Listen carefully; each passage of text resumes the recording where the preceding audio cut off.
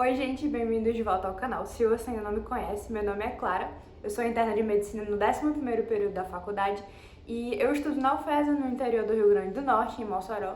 Nesse vídeo, na realidade, eu aproveitei os meus últimos dias de ambulatório da faculdade como acadêmica para trazer algumas dicas sobre como colher uma boa anamnese, já que essa é uma habilidade essencial para a gente que vai se formar em medicina e que já deve estar mais amadurecida quando a gente chega nessa etapa do internato. Se você está começando o ciclo clínico ou já começou a ter ambulatórios na sua faculdade, você sabe que no começo a gente fica muito perdido e fica inseguro de como coletar uma boa anamnese e seguir os passinhos da história clínica direitinho para a gente não se perder na linha do tempo. Mas é engraçado porque quando a gente chega no internato, e até não precisa ser nem no fim, no começo mesmo, e no fim do ciclo clínico até, a gente já consegue ver um excelente amadurecimento na maioria dos casos. E é muito legal olhar para trás ou então ver colegas que estão chegando nessa fase clínica. A gente consegue se ver neles no comecinho. A gente realmente é um aprendizado extremamente interessante com o passar do tempo. Nesse vídeo eu resolvi trazer algumas coisas que me ajudaram muito a melhorar minha capacidade, minha habilidade de coletar uma boa anamnese. Então, basicamente duas coisas principais aumentaram e otimizaram essa minha habilidade de coletar boas anamneses. A primeira foi aprender a identificar o sintoma guia, que vai nortear toda a coleta da história, e depois aprender a destrinchá-lo cada vez com mais detalhes e com detalhes relevantes. E a segunda foi ter para cada ambulatório, para cada tipo de prática que eu tinha, algumas perguntas chaves anotadas ou no papel ou no Notion, em algum cantinho, para que eu pudesse ir me treinando a ter sempre aquelas perguntas numa gavetinha lá no fundo da minha mente quando um paciente chegasse no consultório, ou então no pronto-socorro, ou então na enfermaria da clínica médica, e acionar diretamente aquelas perguntas chaves e básicas, para que com o tempo, depois de um certo tempo de treinamento, eu pudesse me dedicar mais a identificar red flags ou outros detalhes mais importantes e mais singulares de cada paciente. Então, primeiro, como a gente consegue identificar um sintoma guia e ir destrinchando ele a partir dessa identificação? Geralmente, o sintoma guia é aquele que mais incomoda o paciente. Por exemplo, no caso de um paciente com dor de cabeça, a dor de cabeça provavelmente vai ser o que mais vai estar incomodando ele. Claro que é um sintoma que pode vir associado a outros, tipo náusea, vômito, fotofonofobia, mas a dor geralmente vai ser um exemplo mais claro que a gente pode usar para ir treinando essa caracterização do sintoma guia. Para dor, inclusive, a gente tem aquele decálogo da dor, que são algumas perguntinhas, fatores que você pergunta ativamente para o seu paciente, ou então você identifica na fala dele, e a partir desse decálogo da dor você consegue construir o seu raciocínio clínico. Então eu vou dar uma coladinha porque eu sempre esqueço, mas é uma coisa que é importante também ter anotado em algum lugar, assim como aquelas perguntas chaves que eu falei, que daqui a pouco a gente vai destrinchar mais.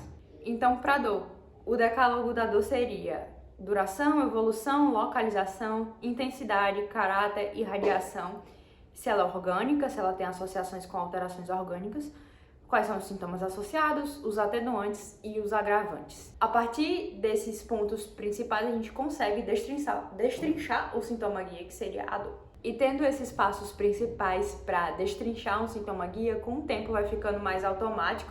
Mesmo que você esqueça uma coisinha aqui ou ali, você sempre pode anotar e depois ir checar.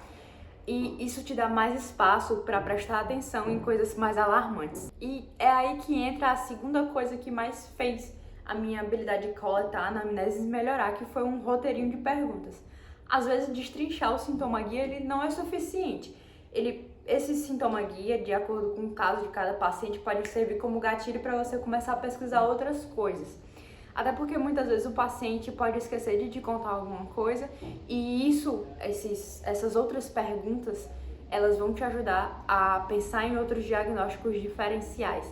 Então, por exemplo, nessa parte da caracterização da dor, se eu tenho um paciente que ele tem algumas outras comorbidades e junto com aqueles fatores associados lá do decálogo da dor, podem me fazer pensar em coisas mais graves ou então em coisas que não chamem tanto a minha atenção. Então, como eu falei, uma coisa que me ajudava muito era ter um caderninho ali sempre comigo, com um roteiro de perguntas para cada queixa comum ou queixas comuns de cada ambulatório que eu ia, e quando aquele paciente chegasse já falando uma queixa comum ou então um sintoma guia, eu abria aquela folhinha e colocava ali do meu ladinho e ia perguntando e anotando no prontuário. Acho até que a folha é melhor do que o celular, porque acaba sendo mais tranquilo de você ter ali do seu lado e é menos incômodo do que você ficar olhando pro celular e fazendo as perguntas pro paciente. Um exemplo interessante que eu via no ambulatório de neuro e que talvez sirva para essa questão de exemplificar como usar o roteiro de perguntas eram alguns casos que a gente recebia que não eram tão claro o diagnóstico de qual demência um paciente podia ter. Por exemplo, temos o mal de Parkinson e a demência por corpos de Levy.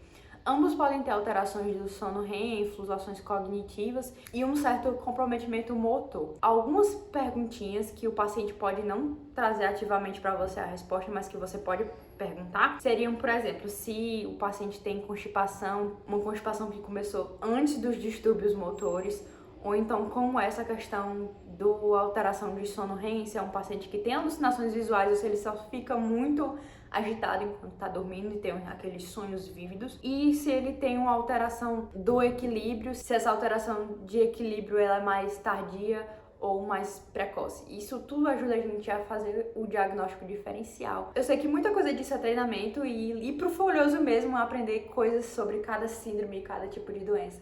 Mas às vezes, na maioria dos casos, na realidade, os ambulatórios sempre vão ter pacientes com queixas comuns e aquelas 2 ou 3 doenças e síndromes que sempre vão aparecer para você, seja ela num ambulatório específico ou então no cenário da APS.